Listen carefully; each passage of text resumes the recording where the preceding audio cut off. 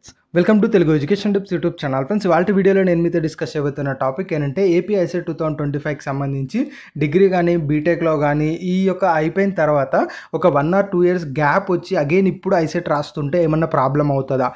ఐసెట్లో ranks వచ్చేసాయి, మనకు ఏదైతే రిజల్ట్ ర్యాంక్స్ వచ్చేసాయి, ఫర్దర్గా మనకు కౌన్సిలింగ్ అయితే ఉంటుంది, తర్వాత కాలేజీలో జాయిన్ అవ్వాల్సి ఉంటుంది. వీటికి ఏమన్నా ప్రాబ్లం అవుతుందా అవ్వదా అన్న దాని రిలేటెడ్గా వీడియోలో అయితే తెలుసుకుందాం. సో వీడియో అనేది ఇంట్రెస్టింగ్గా యూస్ఫుల్గా ఉంటుంది, పూర్తిగా చూడడానికి అయితే ట్రై చేయండి. ఇక టాపిక్ అయితే స్టార్ట్ చేసే ముందు నా చిన్న రిక్వెస్ట్ ఏంటంటే ఇప్పటివరకు మన తెలుగు ఎడ్యుకేషన్ టిప్స్ యూట్యూబ్ ఛానల్ని మీరు ఎవరైనా సబ్స్క్రైబ్ చేయకుండా చూస్తున్నట్టే మీకు యూస్ఫుల్ అయ్యే ఇలాంటి ఎన్నో వీడియోస్ కోసం అయితే సబ్స్క్రైబ్ చేసుకోండి.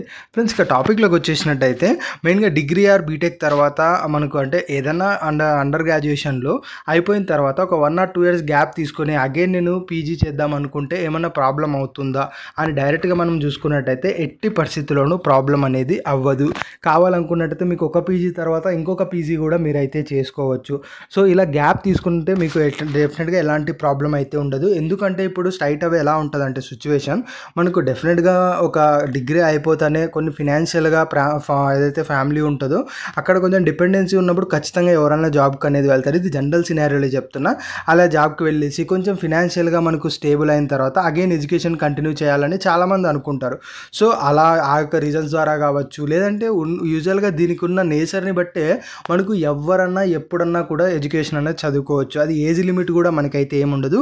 ఏ ఇయర్లోనైనా మీకు ఎంత ఏజ్ ఉన్నప్పుడైనా మీరు ఏ కోర్స్ అయినా కూడా చదువుకోవచ్చు. సో 1 year కాదు, 2 years కాదు, మీకు 5 years గ్యాప్ ఉన్నా కూడా ఎలాంటి ప్రాబ్లం అయితే ఉండదు. ఇది ఓన్లీ ఐసెట్కే అని కాదు, మీరు ఏ యొక్క సెట్ ఎగ్జామ్ రాస్తున్నా ఆఫ్టర్ గ్రాడ్యుయేషన్ ఏదైతే మీరు సెట్ ఎగ్జామ్ రాస్తారో అందులో ఏ దాని నుంచి అన్నా కూడా మీరు కోర్స్ కంప్లీట్ చేయొచ్చు. ఫర్ ఎగ్జాంపుల్, మీరు అండర్ గ్రాడ్యుయేషన్ అయిపోయింది, ఇప్పుడు మీరు ఎంబీఏ చేద్దాం అనుకుంటున్నారు. మీరు ఐసెట్ ద్వారా ఎంబీఏ అనేది చేయొచ్చు. ఈవెన్ 5 years గ్యాప్ ఉన్నా ఈ యొక్క ఎంబీఏ అయిపోయింది, అగైన్ ఒక 2 to 3 years గ్యాప్ తీసుకొని మీరు పీజీ చేయాలనుకుంటే పీజీ చేయొచ్చు.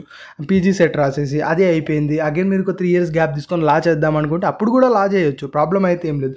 సో కాబట్టి ఏంటంటే మీకు ఎన్ని ఇయర్స్ గ్యాప్ ఉన్నా కూడా ప్రాబ్లం అయితే లేదు.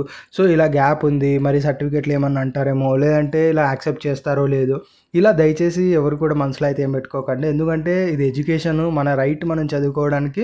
సో ఎవరు కూడా స్టాప్ చేయడానికి ఉండదు. సో గ్యాప్ ఉన్నా కూడా ఏం ప్రాబ్లం ఉండదు. కాకపోతే గ్యాప్ వస్తే ఏంటి అంటే ఆ డాక్యుమెంట్స్ అనేవి మనం ఎక్కడంటే అక్కడ పడేస్తాం.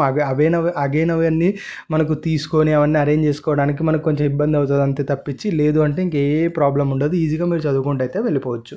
ఇది ఫ్రెండ్స్, మెయిన్గా వీడియోలో తెలుసుకున్న వీడియో నచ్చినట్లయితే లైక్ చేయండి. మరి ముఖ్యంగా మన తెలుగు ఎడ్యుకేషన్ టిప్స్ యూట్యూబ్ ఛానల్ని మీరు ఎవరైనా సబ్స్క్రైబ్ చేయకుండా చూస్తున్నట్టే మీకు యూస్ఫుల్ అయ్యే ఇలాంటి ఎన్నో వీడియోస్ కోసం అయితే సబ్స్క్రైబ్ చేసుకోండి.